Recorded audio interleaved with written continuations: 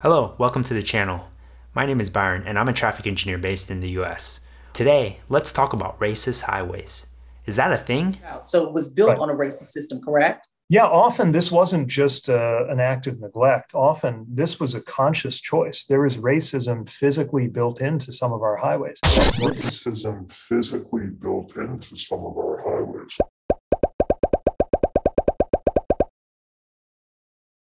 I'm not an expert in this topic, but like you, I'd like to know more. So let's dive in. Transportation planning in the US has a long history. The 20th century ushered in the arrival of the automobile. End of World War II in 1945 resulted in an explosion of growth and a demand for more highways. Not far after, the Federal Highway Act of 1956 began the creation of the US Interstate Highway System, which today almost reaches 50,000 miles in length. That's a history most people are familiar with. But in order to build these massive highways, a lot of space had to be cleared. So that meant going through existing neighborhoods. The mid-1900s, urban renewal was a popular planning approach at the time.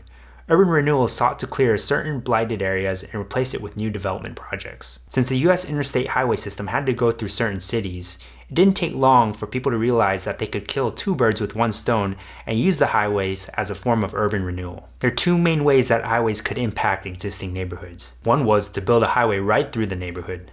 A new highway had to be placed somewhere. Not only was the land cheaper, poorer neighborhoods did not have the resources to stage effective community resistance compared to more affluent neighborhoods. It just so happens that this disruption affected certain ethnic groups more than others. In many cases, these were African American neighborhoods. The other way highways could affect neighborhoods was through segregation.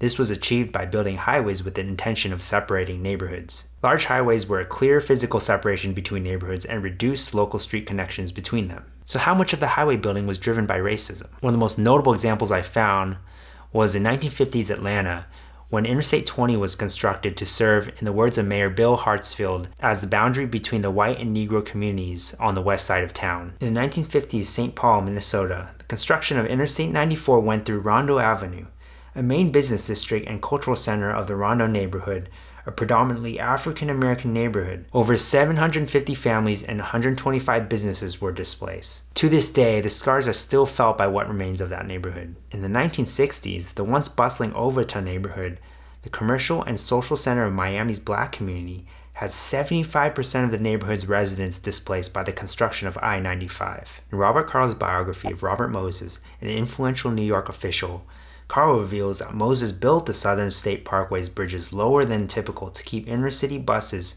who mostly carried black and Puerto Rican passengers, away from Jones Beach. There's also evidence that not just African American neighborhoods suffered, but other neighborhoods received similar treatment. Robert Moses, who was just mentioned and who was overtly racist to some New York City black neighborhoods, had no problem destroying the largest Scandinavian community in Sunset Park in order to construct the Gowanus Expressway. Similarly, the Brooklyn-Queens Expressway harmed the Puerto Rican, Italian, and Jewish neighborhoods. Construction of the Eisenhower Expressway in Chicago not only led to the displacement of many African Americans, but it also tore through Greek, Italian, and Jewish neighborhoods. Some will argue that this suggests that racism was not always the major factor. Cost definitely played a role in determining where a highway was built. Building massive highway projects costs a lot. If you can build through poor neighborhoods, it could result in reduced costs. So my look into this question revealed a lot of uncomfortable truths. It's sad to read about the sacrifices that a lot of poor neighborhoods made that didn't have the resources or political power to fight back. It also left me with a lot of questions. How would we fix this today, and what would the end goal be? Is removing a highway that was constructed 50 years ago good enough? Would attempts at quickly fixing these impacts lead to other unintended consequences? Ultimately, I believe a lot of these decisions need to be handled at the local level and on a case-to-case basis, with a clear understanding of the costs and the goals to be achieved. I also found it hard to find national level statistics that showed the true impact of these highway planning policies. Most of the examples I talked about were real but anecdotal. Part of the challenge is that the data needed was simply not tracked at the time. I can say today that the transportation planning process has been improving. It's not perfect, but transportation professionals take a lot more care in doing outreach and limiting impact to vulnerable communities. In addition, government grants for community-friendly transportation infrastructure are often rewarded to disadvantaged communities. Furthermore, some states and local governments have even taken steps in restoring connections to these neighborhoods by removing highways of the past. So, can a highway be racist? Well, in a literal sense, racism wasn't physically built into these highways. I think it could have been worded better. But there's evidence in the past that certain racial and ethnic groups were affected. It was clear that flawed transportation planning processes did allow racism to play a major role in the planning of some of these highways. Overall, I learned a lot by making this video, and I'm glad I took the time to do it. I hope you found it helpful. For those who are interested in learning more about this history, I left some reading material below. As always, don't forget to like and subscribe if you'd like to see more of this content in the future. Thank you so much for watching. I'll see you next time. Bye bye.